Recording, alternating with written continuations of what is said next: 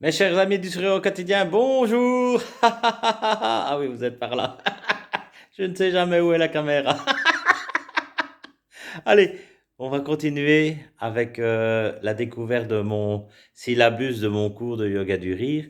Et je vais vous en profiter pour vous montrer un peu les quelques diplômes que j'ai eus depuis. Donc, j'ai un diplôme de sophrologie, le diplôme de yoga du rire, mon diplôme, si on le voit bien, ah, de gestion du stress, le code de déontologie en sophrologie, et oui, là aussi, danse à rire. Donc, nous avons eu des droits à des danses en à rire.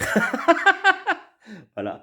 Et alors là, c'est mon certificat de secourisme qui est important, évidemment. Comme ça, on peut aller sauver les gens si besoin.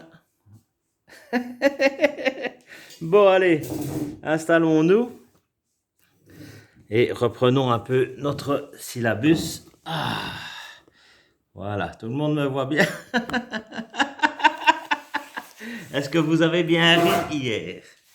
Au moins 15 minutes. Hein. Alors, toujours notre syllabus. Alors, éléments historiques. Pourquoi est-ce que les gens ne rient presque pas? Alors, éléments historiques propres à notre société occidentale, évidemment. Nous sommes imprégnés de différentes caractéristiques de notre histoire qui nous ont éloignés du rire. Le paradoxe de l'histoire, la sagesse populaire a reconnu les vertus du rire, mais les classes cultivées et l'Église l'ont diabolisé. D'ailleurs, il y a même eu à une époque la fête des fous où c'était un jour, on faisait les fous, on riait et tout de l'église dans les rues du village. Un mode de vie progressivement moins communautaire et plus individualisé. On en a la preuve encore actuellement. Le mode de pensée de notre culture occidentale qui privilégie la raison critique ou la critique par la raison, la logique. Une conception du bonheur centrée sur l'avoir, société de consommation, plutôt que sur l'être, et une compétition pour avoir le plus beau, le mieux, le meilleur, et une frustration quand on n'y atteint pas.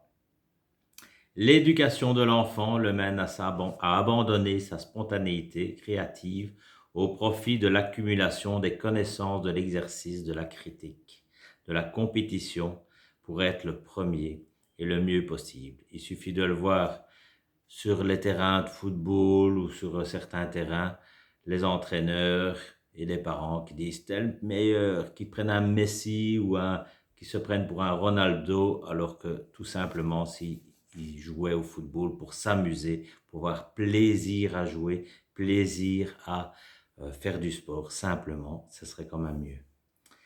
Alors, plus tard, les responsabilités professionnelles et familiales de l'adulte dans un monde de plus en plus stressé, l'obligation de compétition et de performance, le couple du lâcher-prise nécessaire au rire, au profit d'un sérieux permanent. Et oui, et c'est encore le cas actuellement dans nos entreprises. Comparaison avec d'autres cultures, les Amérindiens, ils possèdent des clowns guérisseurs. Des peuples indiens d'Amérique du Sud, il est permis de plaisanter à propos des parents. Les Dogons d'Afrique, donc ce sont des cérémonies de rire. Les Japonais, dans certaines entreprises, un local accueille les employés pour se décharger, rire, se moquer de leur patron. Tu vois, si on fait ça ici, ay caramba! Et même au Mexique, il y a même la journée des morts où on fête les morts, on fait ça en musique, en riant, en s'amusant, en faisant la fête. Voilà. Alors, nous revenons maintenant à nos quelques instants de rire ensemble.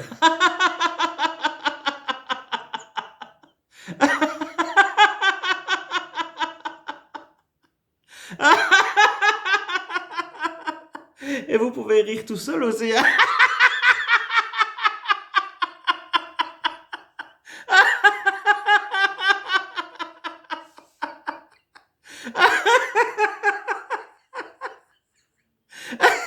Ici, moi, je suis tout seul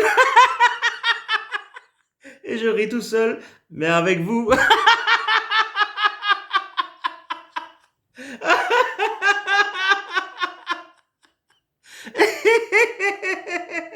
Allez, passez une belle journée. Bon rire. 15 minutes par jour. N'hésitez pas à rire n'importe où. Salut, salut.